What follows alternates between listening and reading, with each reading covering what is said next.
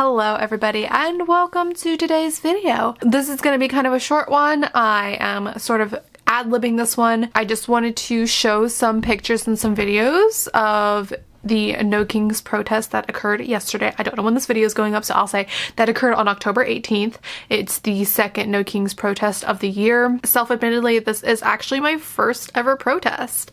So I had a lot of fun actually. It was very ecstatic, the energy. It was just great seeing people out there exercising their First Amendment rights. That was really nice seeing while we still have it. I really wanted to go to Washington, D.C. I actually don't live that far away from Washington, D.C., but unfortunately I had to work. And I travel a lot for work, so I wasn't able to really go to like a local to me protest, but I did go to like a smaller rural-esque.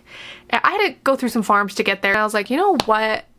On my break, I'm just gonna stop by one and see what's going on, see what's happening. I've clearly been very public about my thoughts and opinions on the current administration, how frustrating it's been, period, the end. That's why I've been shifting more towards making videos on the current administration, because I'm just sick and tired of them being them. I live in redneck country, I'm gonna be so honest.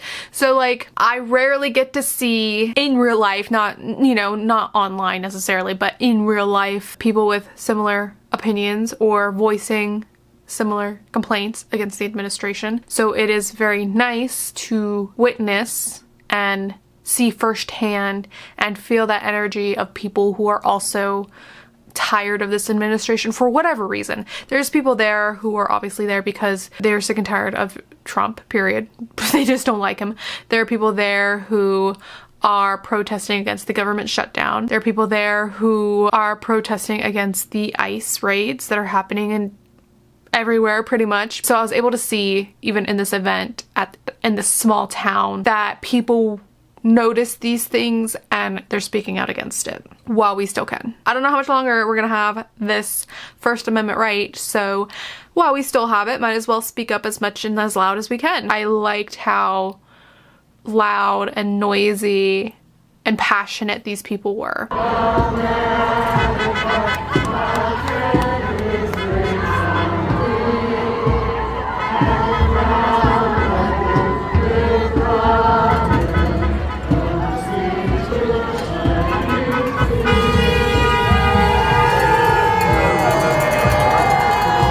Surprising to see the age range. The one that I went to, there was a lot of older folks. Why did I say it like that? Older folks. There was a lot of grandpas, which was kind of fun to see. A lot of war veterans. I enjoyed it. And I'm like, I'm just in this small little town.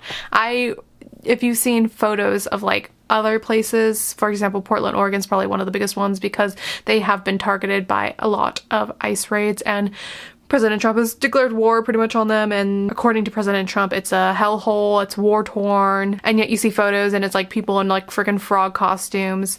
I love what Portland, Oregon has been doing. It's not easy being in that position of like being under attack, you having your president literally come at you, not only with his words, but with his actions. And it's natural to want to respond against violence with violence, but I think Portland, Oregon is handling it so well, where they're just turning it into a party. The way that they're protesting is sort of spitting in the face of Donald Trump and what he's been claiming is happening in Portland, Oregon, which is, again, like I said, he's been claiming that it's war-torn, but they're over here in their like inflatable costumes, they're over here partying. For the most part, I think all the protests were peaceful. I haven't seen anything where it's been violent. Unfortunately, you did have to RSVP, but the organizers were very clear. I had like 20 emails sent to me about this is going to be a non-violent, peaceful protest, and they made that very clear. So I'm interested to see how the Trump administration is going to try to weaponize this, because they're already trying, you know, before the protest even actually started, when it was just being planned, they were calling it the Hate America rallies, something along those lines, where it's like the anti-America rallies. And it's like, no, that's literally baked into our Constitution, where protests are allowed to happen. You're allowed to criticize the government. That's part of what makes America a democracy, is that people have the power and we have the power to voice our opinions. At least that's how it's supposed to be. These protests, I feel like, is exactly what the founding fathers wanted us to do when the government was abusing its power. That's why they wrote it that way. So when they say it's like they hate America, it's like, no, it's the people out here protesting are the people who care about America, who are trying to make life better for Americans. It's not that they hate America, it's that they love America and they're standing up for what they believe. I'm nervous to see how they're going to twist this in the future, but I just seen this article and I need to talk about it real quick. Speaker of the House Mike Johnson. I don't know why I say it fully like that, but it's still fun to say. I just seen this as I was editing my video. Though he congratulated protesters on a violent-free free speech exercise, Johnson on Sunday condemned what he said were hateful messages of the demonstration. Now this part really gets me, this quote here. "We have videos and photos of pretty violent rhetoric, calling out the president, saying fascist must die and all the rest. I mean, I don't think that's loving speech. I don't think that's friendly speech. And I don't think it's pro-American to say those kind of things."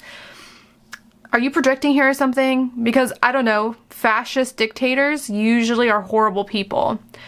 Sure, fascist must die is pretty strongly worded, and it's not exactly loving speech, but that's a very American thing to say, considering, you know, our history. That's what's so funny about the Trump administration, because this isn't the first time where they'll look at a whole slew of things, right? And the thing that they call out, the thing that is like so atrocious to them, is that saying that fascist must die. It's like, Trump's being called a hell of a lot worse that you could be pointing out right now, but the thing that y'all are stuck on is the fascist part. Like, it's low-key, y'all are just selling yourselves out there by saying you are the fascist. If you're not fascist, that shouldn't bother you. Sure, you can say it's violent, but why is it that that's the one thing you point out of all the signs? Out of all the signs you've seen, the fascist must die is the one thing you want to talk about? That is just very interesting. I don't know if that's a Freudian slip right there or like what that is, but interesting. The irony of the message is pretty clear for everyone. If President Trump was a king, the government would be open right now. Oh my God. Here's the thing, like, they're feigning ignorance because it's like, they're like, well, if Trump was king, he's not a king. It's literally, it's not in his title. That's not the point. The point, and you know this, by the way, they know this, the point of the rallies and the protests are to make sure he doesn't get that power. The very power that he is trying to get through his actions. We see it. It's not that he is currently a king, it's that he is trying to become one, and that he views himself as one. Leading up to Saturday's nationwide protest, Trump told Fox News that they are referring to me as a king and I'm not a king. But shortly before a Washington rally before Saturday, the Trump War Room account, which is ridiculous, that's a ridiculous name, posted an image of a smirking Trump wearing a crown. "It's not about the people, it's about the message. It's about the ideology," said Johnson. "It's a dangerous ideology and it's anti-American. It goes against everything we stand for." Literally everything your party is doing, the Trump administration is doing, goes against everything that is American. Y'all going this hard against some peaceful protests because some people don't want a fascist dictator running their country? That's pretty anti-American. A normal pro-democracy administration would look at these protests and say, okay, maybe we need to make some changes. Even though a pro-democracy administration would never get this far and would not be doing the things that Trump is doing, but, you know, I'm just saying. I know I say go protest,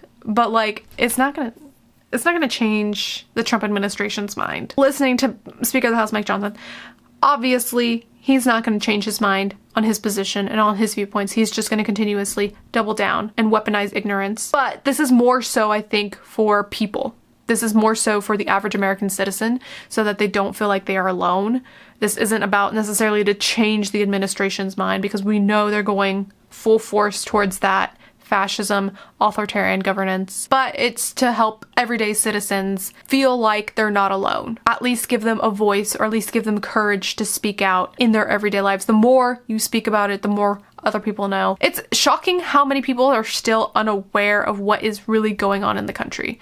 A lot of people are hard blue collar workers that are just trying to live day by day, and they aren't really paying attention to all the policies and the politics and the media and everything. They don't know all the intricacies going on behind the scenes. So it's very important to still speak up against this stuff. Anyways, that's it. Goodbye. I am very proud of everybody who got out there and had fun with it. And just don't stop. That's another thing too. Don't ever be silent. Don't ever be silent. After the protests yesterday, I love protests now. It was kind of fun. They got the music playing, they got people shouting, you got signs waving. And let me tell you, these old people get down and dirty. Alrighty, so that's gonna be it for today's video. So I will see you guys on the next one. So goodbye, have a nice life. And I was gonna say enjoy the ride, but it's not that enjoyable sometimes. This is my high. But I feel like we're gonna be hitting some lows here pretty soon. So enjoy the high while it's still here.